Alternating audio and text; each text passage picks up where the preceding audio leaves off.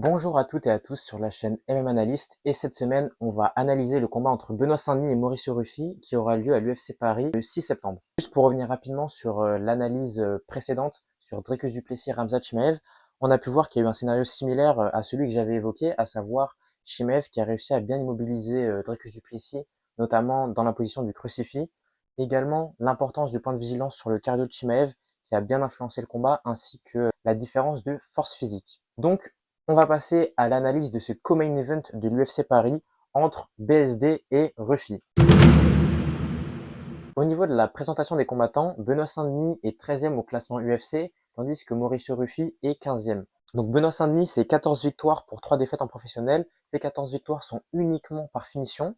Et de l'autre côté, Mauricio Ruffi, c'est 12 victoires pour seulement une défaite, dont 3 victoires d'affilée à l'UFC.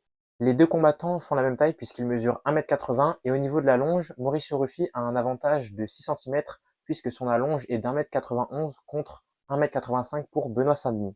Au niveau des 4 derniers combats, Benoît Saint-Denis sort d'une victoire au départ sur Matt Frevola par KO au premier round, ensuite une défaite par KO contre Dustin Poirier au deuxième, une défaite par arrêt médical contre Renato Moicano il y a maintenant un an, et une victoire par soumission contre Kyle Prepolec, c'était en mai dernier, en short notice. Donc pour expliquer brièvement, c'est quand un des deux combattants se blesse et qu'on va faire appel à un autre combattant pour pouvoir maintenir le combat. En l'occurrence, c'était donc un combattant canadien, Kyle Prepolec, qui était classé bien derrière Benoît Saint-Denis. Sur les 4 derniers combats de Mauricio Ruffi, on a 4 victoires, dont une par TKO au Dana White Contender Series. Pour expliquer rapidement, c'est une petite organisation qui est au sein même de l'UFC, qui a pour but de faire s'affronter des espoirs mondiaux et en cas de prestations spectaculaires, ils peuvent obtenir directement un contrat à l'UFC. Ensuite, un second TKO pour son premier combat à l'UFC, une décision unanime, et dans sa dernière sortie, il a sûrement signé le KO de l'année contre King Green sur un coup de pied retourné. Au niveau des cotes de Paris, Benoît Saint-Denis est à 2,40 face à Mauricio Ruffi qui est à 1,51. C'est à peu près un 65-35 pour Mauricio Ruffi. Je trouve personnellement que c'est un petit peu sévère vis-à-vis de Benoît Saint-Denis si on prend seulement en compte les statistiques.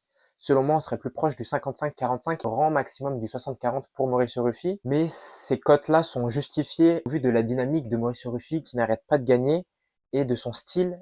C'est un combattant très spectaculaire et donc qui est très impressionnant. Au niveau des caractéristiques, Benoît Saint-Denis est un combattant gaucher qui combat en étant très ancré au niveau de ses appuis au sol. Sur ses points forts, il a un mental hors du commun. C'est un combattant solide qu'il faut impérativement finir si on veut gagner. C'est ce qu'on appelle un action fighter. Donc c'est un combattant qui crée du spectacle, qui va initier le combat, qui ne recule pas, qui va créer beaucoup d'engagement.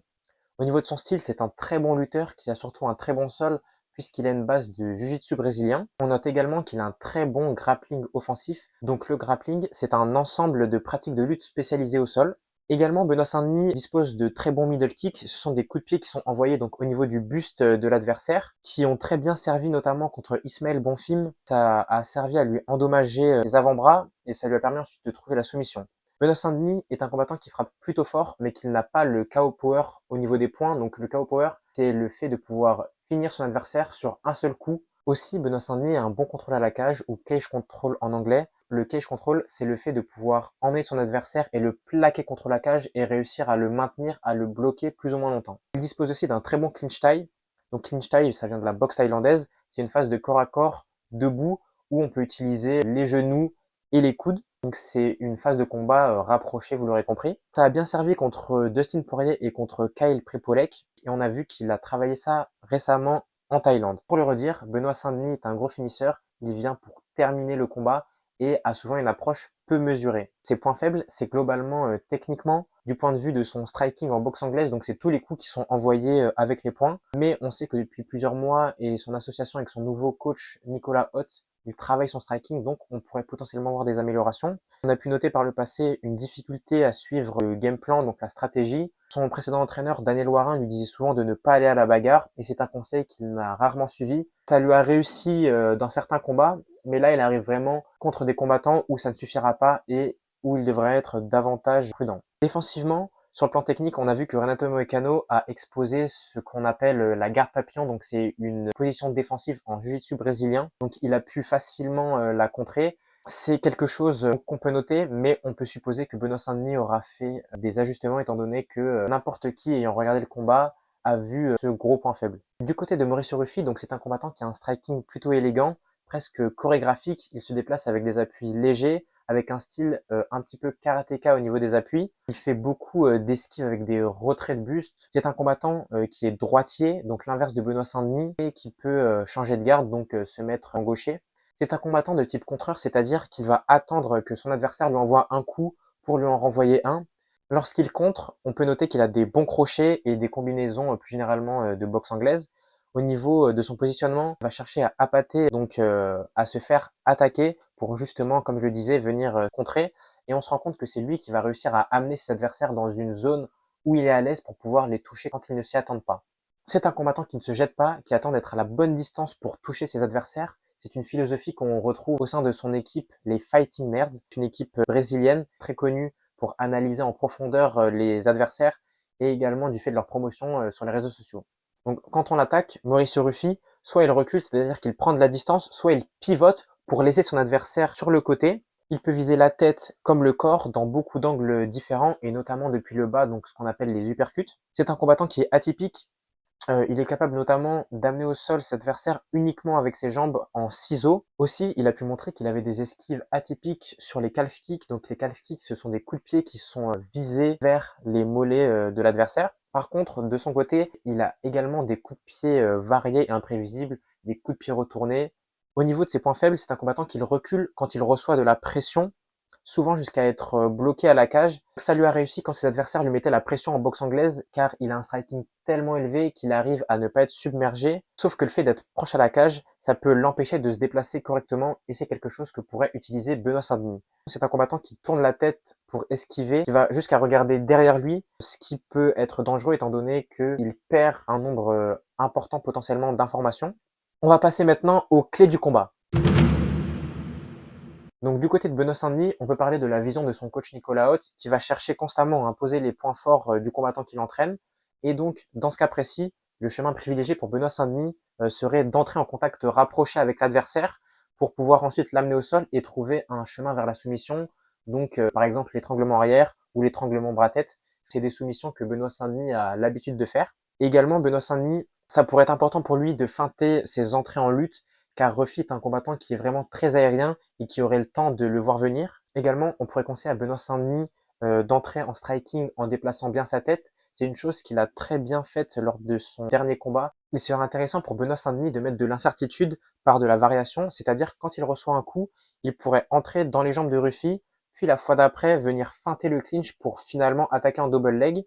Également, il pourrait l'amener à la cage et faire des feintes en striking pour aller directement chercher le double leg et l'amener au sol. Il pourrait attaquer en lutte les jambes de Ruffi qui envoie assez souvent des crochets larges où il a tendance à s'emporter un peu du fait de la force importante qu'il met.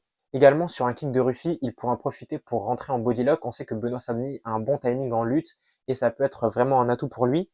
En striking, Benoît Saint-Denis pourra envoyer des bons middle kicks étant donné que c'est sa spécialité, mais en les préparant bien, c'est-à-dire en faisant en sorte qu'ils ne soient pas prévisibles avec des feintes donc. Il faudrait faire donc dans ce cas-là vraiment attention au timing, car souvent c'est sur le temps où on envoie un kick qu'un adversaire peut venir contrer en boxe anglaise. Pour synthétiser, Benoît Saint-Denis a deux chemins qui sont un petit peu différents, donc soit d'un côté chercher à entrer en lutte, donc amener au sol pour faire du dégât et terminer le combat le plus rapidement possible, et de l'autre côté une approche un peu plus stratégique, sans prendre trop de risques, essayer de coller à la cage Ruffi, prendre son dos et à être en top position, faire du contrôle le plus longtemps possible. Et donc du côté de Ruffi, ce serait plutôt la stratégie opposée. Il y a une statistique importante à noter, c'est qu'il a 0% de réussite de takedown, c'est-à-dire d'amener au sol, donc son chemin de victoire semble clairement être en striking debout, mais on sait que dans ce cas-là, il devra bien garder sa distance, notamment ce qui peut lui être permis par son allonge supérieure à celle de Benoît Saint-Denis. Donc il doit faire du in and out, ça correspond à entrer et sortir en striking, c'est un style plutôt aérien, donc exactement ce qui lui correspond, qu'on peut également voir chez d'autres combattants comme Cyril Gane ou encore Nassourdine Imavov. Je vous conseille d'aller voir des vidéos d'eux pour mieux comprendre en quoi ça consiste le in and out. Mauricio Ruffi peut compléter ça en se déplaçant bien autour de son adversaire, en utilisant bien toute la surface de la cage, en envoyant également des front kicks et des side kicks pour laisser Benoît Saint-Denis à distance. Il a un avantage pour lui, Mauricio Ruffi, c'est que Benoît Saint-Denis a l'habitude de prendre beaucoup de coups, notamment sur des directs du bras avant. Mauricio Ruffi a donc potentiellement eu le temps de préparer ça pour avoir un outil supplémentaire pour justement garder à distance Benoît Saint-Denis. Dans le cas où il se fait amener au sol, Mauricio Ruffi doit impérativement travailler sur des systèmes défensifs, notamment en évitant de donner son dos, car on sait que Benoît Saint-Denis est un spécialiste lorsqu'il est dans le dos de son adversaire pour aller ensuite trouver la soumission. Mauricio Ruffi doit être ici patient, bloquer la position et contrôler les bras et les poignets de Benoît Saint-Denis. C'est le moment maintenant de passer au point de vigilance, donc ce sont des points d'incertitude qui pourraient avoir une grande influence sur le combat. On sait que Nicolas Haute, donc le coach de Benoît Saint-Denis, aura également deux autres athlètes sur la même carte, à savoir William Gomis et Nassourdine Imavov. On pourra donc analyser comment il va réussir à gérer cet enchaînement. Un deuxième point de vigilance, c'est au niveau du suivi de la stratégie. C'est une critique qui a pu encore être faite à Benoît Saint-Denis lors de son dernier combat, notamment au niveau du deuxième round. Seulement, on peut potentiellement tempérer ça en se disant que le combattant qu'il avait face à lui était classé bien plus loin que lui, ce qui peut donc dire qu'il a pris des risques qui étaient mesurés, il savait qu'il était potentiellement moins inquiété que contre un top combattant de la catégorie comme il va combattre le 6 septembre. On peut donc se dire qu'il va faire plus attention contre Mauricio Ruffi qu'il n'a pu le faire lors de son dernier combat. Également, on peut se poser la question au niveau du mental de Benoît Saint-Denis. C'est ce qui faisait sa force par le passé. On sentait que c'était son moteur. Mais aujourd'hui, après ces deux défaites consécutives, même s'il a gagné après, c'est un combattant qui est encore en reconstruction. Il faudra être attentif à son état de confiance le jour J qui pourrait avoir une influence et pourrait le transcender et être une vraie arme pour gagner ce combat. Pour beaucoup, Benoît Saint-Denis peut être un combattant qui paraît lent. Ça lui a été reproché notamment dans son dernier combat, mais on peut tempérer encore une fois cela puisque son adversaire était très attentiste sur ses appuis. C'est potentiellement difficile quand on combat un combattant qui est classé loin derrière soi et on peut se dire qu'il a essayé de se calquer sur son rythme et qu'il a la capacité de pouvoir mettre plus de vitesse, plus d'intensité et d'être plus réactif, surtout contre un combattant comme Mauricio Ruffi qui lui est très très explosif. Un autre point de vigilance, à voir si Benoît Saint-Denis va se renouveler et tenter des choses inattendues, puisque depuis le début de sa carrière, on l'a vu être plutôt dans le même style, et c'est quelque chose qui pourrait lui porter préjudice, surtout face à une équipe comme les Fighting Nerds, qui vont beaucoup analyser les adversaires au détail près. Benoît Saint-Denis, dans ce cadre-là, pourrait tenter des coups un petit peu atypiques, comme par exemple des front kicks, puisque Mauricio Ruffi est un combattant qui a une garde très ouverte et qui a un menton qui semble plutôt facilement accessible de prime abord. C'est une transition toute trouvée vers les points de vigilance de Mauricio Ruffi. Donc son équipe, les Fighting Nerds, ont un analyste qui prépare chaque combat et qui va chercher au détail près les habitudes des adversaires pour pouvoir capitaliser dessus. C'est quelque chose qui pourrait porter préjudice à Benoît Saint-Denis s'il n'a pas fait en sorte de se renouveler et s'il a potentiellement gardé des mauvaises habitudes. Également, Mauricio Ruffi est un combattant qui n'a jamais été amené au sol, donc on peut se dire que ce n'est pas du tout sa spécialité, mais d'un autre côté, potentiellement, cela veut dire que ça ne sera pas si facile de l'amener au sol. Également, on ne l'a jamais vu scrambler, donc les scrambles sont des enchaînements en lutte dans lesquels les combattants se retournent au sol. En gros, c'est une succession de transitions en lutte et au sol. D'où l'importance d'avoir plusieurs chemins de victoire pour Benoît Saint-Denis. Donc si c'est difficile de l'amener au sol, il faudrait plutôt essayer de faire du combat rapproché debout, donc le clinch comme je l'ai expliqué précédemment. Du fait qu'on a peu de données sur le niveau au sol de Mauricio Ruffi, c'est donc dur de savoir comment il défend. On peut faire un parallèle avec Jean Silva, un combattant de la même équipe que Mauricio Ruffi, qui a dans sa dernière sortie soumis un combattant qui était un expert du sol, alors que le point fort de Jean Silva est à la base la boxe anglaise. Comme on n'a pas de données là-dessus, on ne peut que spéculer, mais il est possible d'avoir une mauvaise surprise et de voir que Ruffi a un très bon sol. En termes de statut, Ruffi, de prime abord, est un combattant qui est très spectaculaire. On peut donc se dire que ça serait un combat difficile pour Benoît Saint-Denis, mais Saint-Denis a connu une adversité plus forte que celle de Mauricio Ruffi. Il a combattu Dustin Poirier et Renato Moicano, qui étaient dans le top 10 de la catégorie, ce qui lui a permis d'emmagasiner sûrement plus d'expérience que son adversaire. Et il a des chances pour qu'on voit un Benoît Saint-Denis nettement en maîtrise qui puisse relativiser l'aura qu'a Mauricio Ruffi. Mais tout cela va bien sûr dépendre de si Benoît Saint-Denis parvient à casser la distance. Maintenant, on va passer à mon pronostic. Donc c'est un combat qui est stratégique sur le papier, mais qui peut s'emballer très vite. Et également, c'est un combat qui peut aller dans les deux sens. Il y a des chemins importants de victoire pour les deux, ce qui fait que c'est un combat très serré. Mais de mon côté, j'imagine plutôt une finition de Benoît Saint-Denis, car il me semble supérieur dans tout ce qui est la distance rapprochée. Je pense pronostiquer un TKO, donc un KO technique au deuxième round pour Benoît Saint-Denis, ou bien s'il n'arrive pas à terminer Mauricio Ruffi rapidement, on peut voir un combat stratégique avec beaucoup de contrôle à la cage et potentiellement du contrôle au sol en ayant empêché Mauricio Ruffi de s'exprimer debout. on peut espérer pour notre Français que ça n'ira pas dans l'autre sens car Rufy pourrait rapidement mettre fin au combat sur un coup surprenant, surtout sur Benoît Saint-Denis qui a la particularité d'être très ancré au sol et pas très mobile. Donc voilà, c'était ma deuxième analyse, ici consacrée au co-main event de l'UFC Paris entre Benoît Saint-Denis et Maurice Rufy. Donc rendez-vous le 6 septembre pour voir le résultat de ce combat. Et moi je vous dis à bientôt pour une prochaine vidéo. Ciao!